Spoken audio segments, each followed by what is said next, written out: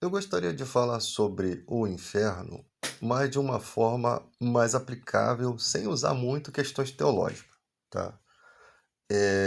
Dizem, né, os estudiosos, né, que a palavra inferno, Hades, está mal traduzida e que, na verdade, ela está mais ligada à morte do que um juízo final, tá? No Apocalipse, nós temos a palavra lago de fogo e enxofre, onde que entra ali o Satanás e seus anjos, né? A morte, o inferno e todos os que não estão no livro da vida e serão atormentados de dia e de noite para todo sempre. Bom, na verdade, o que se entende como inferno, na verdade, é o lago de fogo e enxofre. Ainda que os argumentos sobre a questão de inferno fossem uma ideologia da mente humana, é como se Deus tivesse instruído sobre essa ideologia. Pode ser isso. Mas vamos pensar no meio prático. Se não existisse inferno, né, as pessoas tinham criado essa ideia, se não existisse inferno e essa palavra inferno fosse morte eterna, ou seja, fosse assim, você viveu, acabou. Nós como cristãos, nós não queremos viver e acabou. Nós queremos viver, acabou aqui, mas ressuscitar como Cristo, né? Nós queremos uma vida melhor. Se ainda fosse colocado assim, ó, não vai ter inferno, não vai ter sofrimento. Você acha que nós cristãos, se fosse proposta essa ideia, você morreu, acabou. Se você viver em Cristo, você vai ressuscitar, vai viver, vai receber a coroa da vida, vai receber um corpo incorruptível, vai poder participar de coisas celestiais, né? Caso você não queira essa opção, você pode viver no pecado, viver os seus, no máximo, cento e poucos anos e morrer, tá? Se uma bala perdida não te pegar no meio do caminho, você morrer antes, ou se você não sofrer alguma coisa na vida e às vezes nem conseguir nascer. Então, que proposta me faria servir a Deus ou não? Você acha que eu ia querer morrer e acabar? Você acha que eu não gostaria de ver meus filhos no céu, meus netos?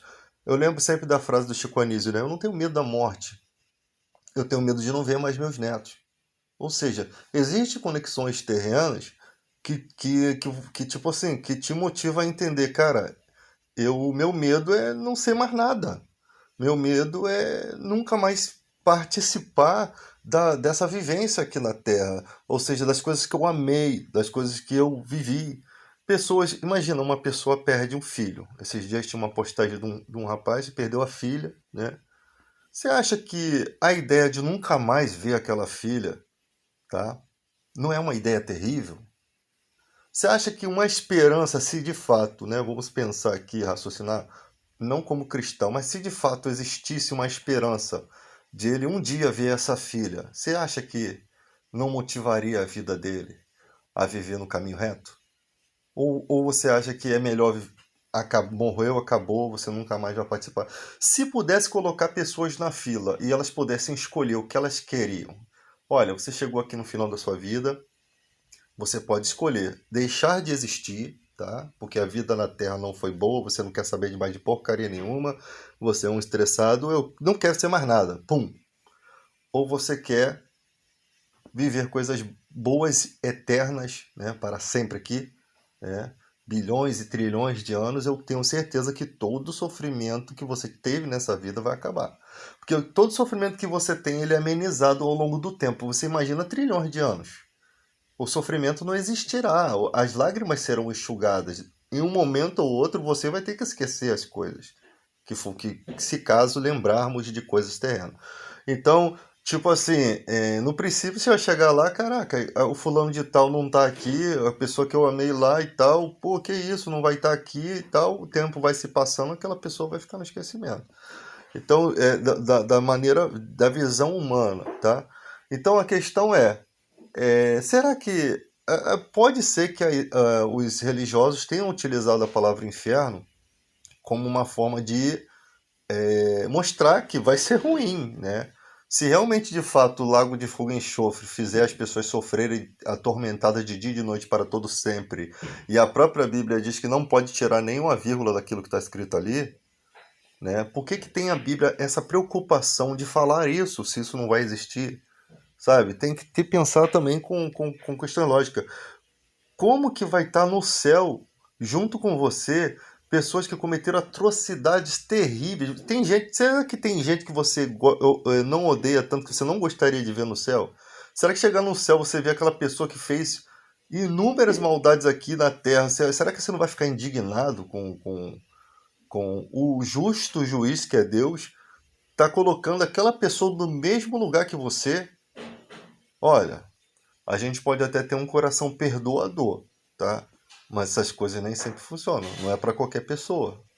Não é para qualquer ocasião, tá? Tem gente que gratuitamente só serve para ferrar a tua vida. Passou a vida toda te azucrinando, lascando teu juízo, te ferrando. Tem gente vivendo na vida errada porque foi motivado por um sistema que ele não conseguiu sair mais. Tem gente que escolheu viver naquele sistema e depois não conseguiu sair. Tem gente que nunca quis sair. Encarou no peito, irmão, as consequências. Eu quero ser isso, eu sei qual é o meu destino e eu encaro meu destino. Então, tem gente que pega a vida como se fosse uma folha de papel, amassa a vida dele mesmo e joga no lixo. Tá? É o que fazem. Então, essa ideia de que não existe, essa ideia de que existia sim uma punição para os maus, pode ter sido concebido numa racionalidade humana, lógico que o ser humano ele compreende que, né, que se tudo que o homem plantar ele também ceifará, como diz a Bíblia, ele compreende que existem leis que regem terra e céu, que comportamentos aqui vão te prejudicar lá em cima. Mesmo que aqui não fosse um sofrimento eterno, que se for vai ser muito pior do que deixar de existir, o deixar de existir já é um sofrimento eterno. Ou seja, tipo assim, você não vai sofrer, mas você também não vai ter coisas boas.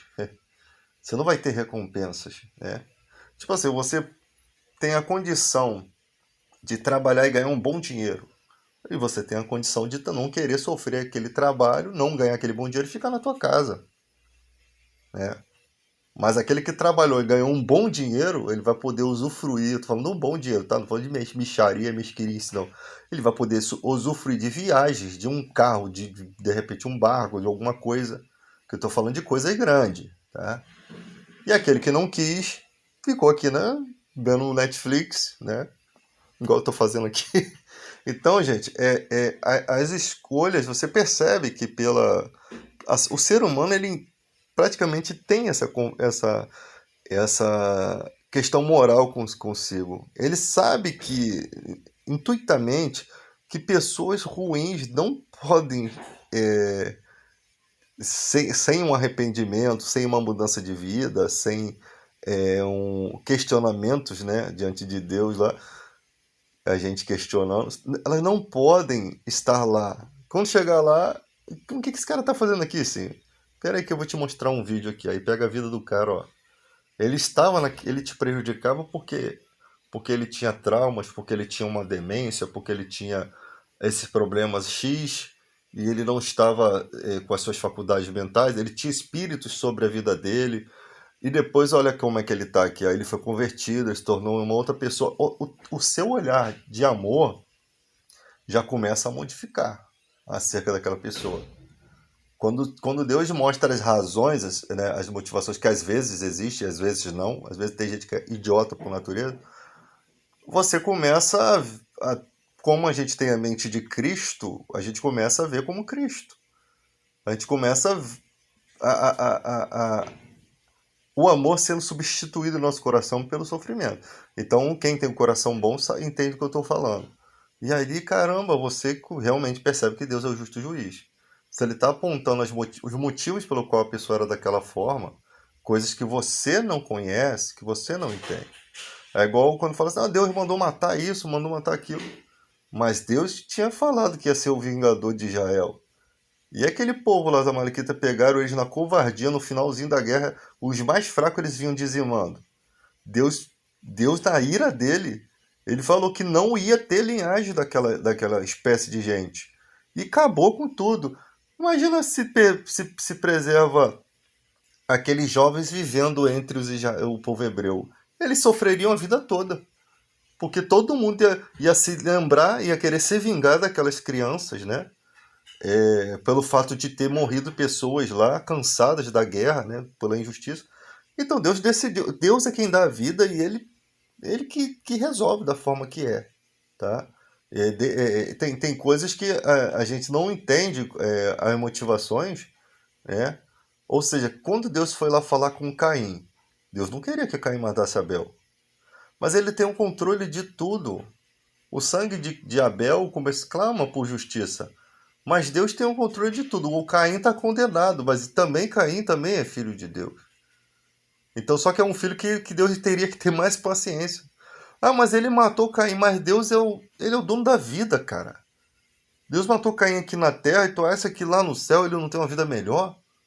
Você acha que ele está se ligando para essa situação? O sangue, sim, a injustiça clama. Por quê? Porque o acusador, né? O acusador também, aqui o acusador tá ali, ó. Esse cara matou o próprio irmão dele. Esse cara. Mas Deus não, eu vou trabalhar nessa vida aqui também. Cara, ele é sábio, entende? Ele, quando manda o profeta lá salvar os povos bárbaros, ele mostra para Jonas: esses caras, eles são idiotas. Eles são completos idiotas. Eles não sabem discernir entre a mão esquerda e a mão direita. Eles estão na imbecilidade, eles estão caducos, eles não têm condições. Deus foi lá, mandou pregar e eles se converteram. A história dos povos bárbaros, será que continuaram daquela forma? Eles podem ter se tornado os protetores de outras nações, porque eram homens de guerra, homens fortes, mas que tinham um entendimento de forma errada. É tipo você imagina os vikings, todos perdidos, eram valentes. Se você pega esses caras, né, consegue mostrar para eles um ideal para que eles possam lutar por um ideal de família, né? Porque eles estão lutando pelas famílias deles, contra todo o mundo, os vikings, né? Mas se você mostrar para ele que a família dele está protegida, vocês não trair eles, você dá um espaço para eles viver, conforme a sua integridade, eles também vão ser íntegros. Então eles têm um manual de ética entre eles. Mas se eles perceber que você traiu eles, aí volta toda aquela questão de vingança de novo. Então tudo, o tratamento de Deus, a gente não pode achar que nós temos condições de ter uma ideia melhor do que a de Deus, porque Deus vê tudo, desde o nascimento, desde o pensamento, do interior do coração, das motivações. Ele tem é como se você tivesse o livro do professor com todas as respostas, tá? E você tentando resolver com a sua inteligência as questões, enquanto o professor tem todas as respostas. É isso. Deus tem todas as respostas. Então, a decisão dele, que ele é justo, está muito mais à frente do que a nossa. Então, como eu, que sou o barro, vou dizer para Deus o que ele não pode quebrar o barro e fazer de novo. Como que eu posso dizer para o olheiro o que ele tem que fazer? Eu sou uma criatura, eu não tenho como questionar a Deus, né? Se a Bíblia fala que Deus é amor e não existe nele treva nenhuma, se estão mostrando algumas trevas, eu sou pela fé obrigado a crer o seguinte: qual o amor que Jesus demonstrou aqui em terra? Tem gente que fala que Jesus pecou no dia que ele derrubou a mesa dos cambistas. Imagina, tudo aqui é teu, a tua casa. O cara pega e bota um ponto de bicho dentro da tua casa, tá?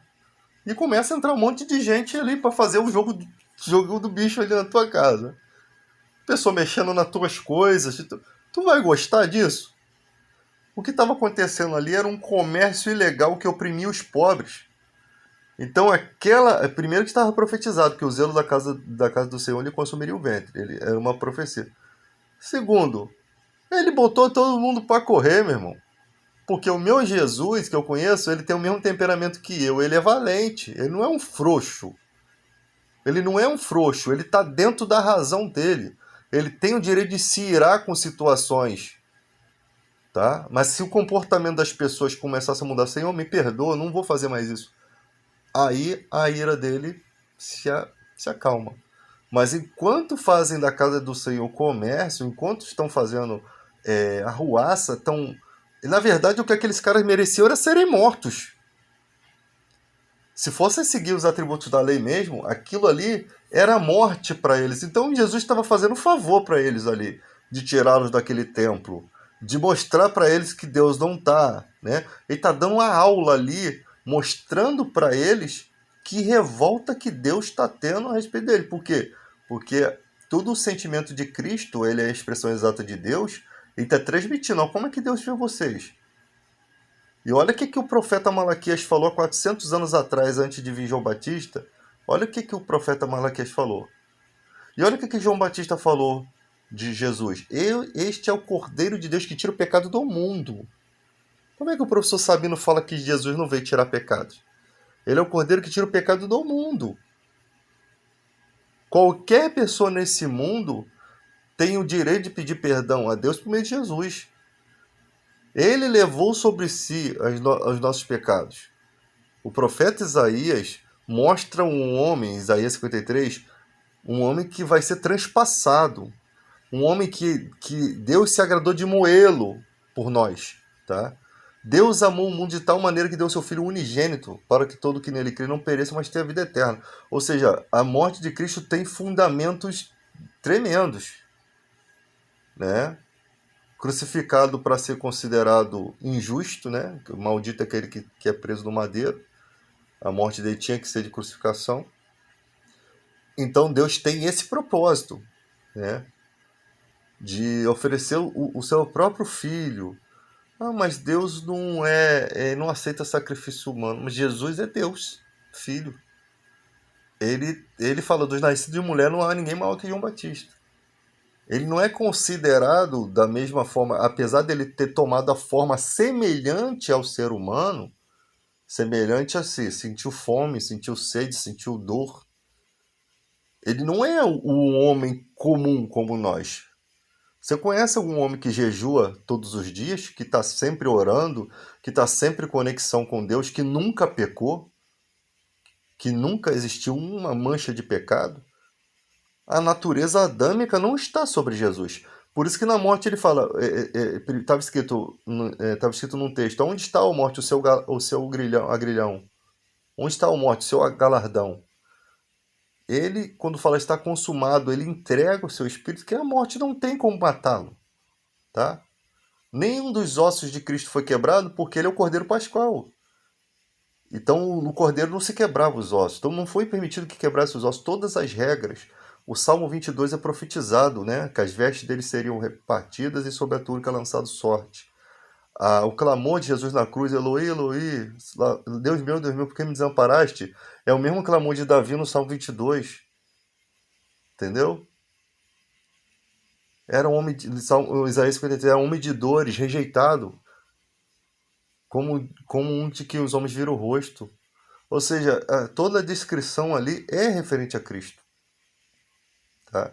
Então, ficar acreditando nesses caras que se dizem aí professores, o cara até tem um entendimento bacana, o professor Sabino tem um entendimento, sim, conhecedor de hebraico, de grego, mas, cara, se não tem o Espírito Santo, você não tem nada.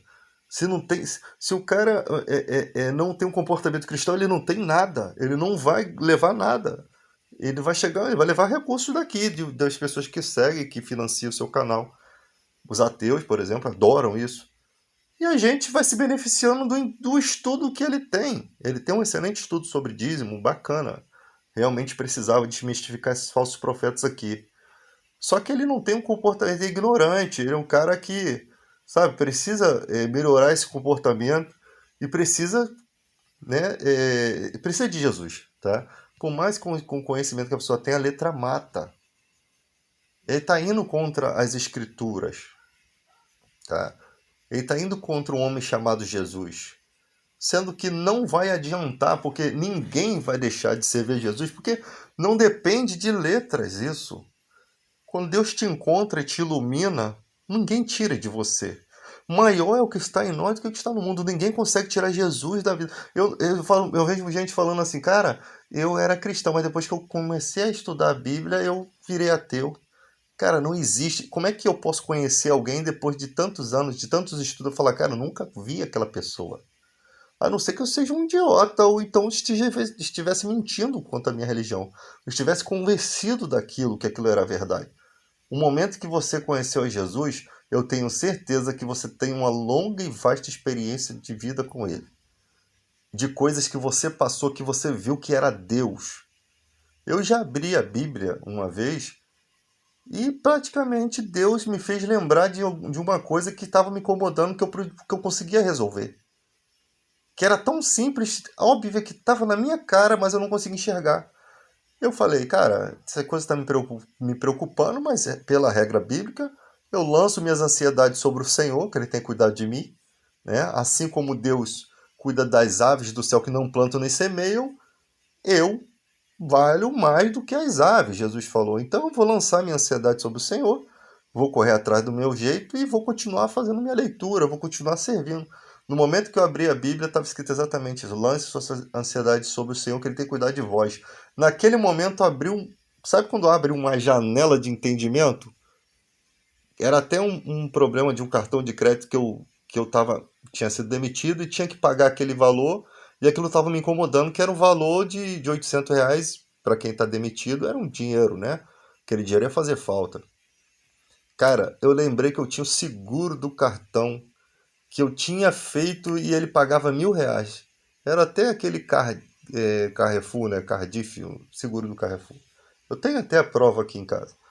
E eu ainda podia gastar R$ 200, porque o seguro cobria 1.000. Fui lá, esbanjei, gastei os 200, fui lá de entrada do seguro, tinha que ir no cartório, né? Registrar tudo que eles pedem, né? E pagou os R$ 1.000 da minha conta. Só que eu lembro que alguns meses atrás eu tinha tantos anos, esse seguro era barato, era acho que 3 e pouco. E eu tentei cancelar esse seguro poucos dias, né? Poucos meses. Só que a primeira vez que eu liguei, a ligação caiu. A segunda, eu falei, não vou ligar não, porque tava já passando uns problemas no trabalho. Eu falei, acho que vão me mandar embora. Eu já estava pensando nisso. Aí eu deixei de... Mas só que eu acabei esquecendo que tinha o seguro. E Deus me fez lembrar. Então, não foram motivações humanas. Por quê? Porque eu estava em contato com fé, Deus falou comigo pelas escrituras, e é coisa pessoal. Fora outras coisas. Quando eu tinha entre 7 e 8 anos de idade, eu caí de um caminhão em movimento. Tenho colegas do internato que eu frequentei, fui criado por freiras, né? E eu não sofri nenhum arranhão, sabe? Então, as coisas que aconteceram ali foram milagres. Você vai reavendo sua vida, você vai vendo tantas coisas que aconteceram para que antes de você ser cristão, para que Deus te guardasse até esse momento que você tivesse que testemunhar as coisas de Cristo. Deus já trabalhou muito na vida de muita gente aí que hoje se diz ateu, mas se ele for fazer uma avaliação da vida dele, vai ver que a vida é um milagre. Só que no momento parece que tem uma coisa que tampa a visão dele, que ele não consegue enxergar. Quando o Espírito Santo entra e ilumina, cara, você começa a ver com sensibilidade espiritual as coisas que você passou, tá? Então a gente não precisa falar muito, sabe por quê? Cara, eu não fico conversando com as pessoas na internet para convertê-las, não. Não preciso disso. Quem precisa do Espírito Santo são elas. O Espírito Santo é uma coisa muito importante. Se elas quiserem, elas que venham até mim conversar comigo. Se não quiserem, não tem problema.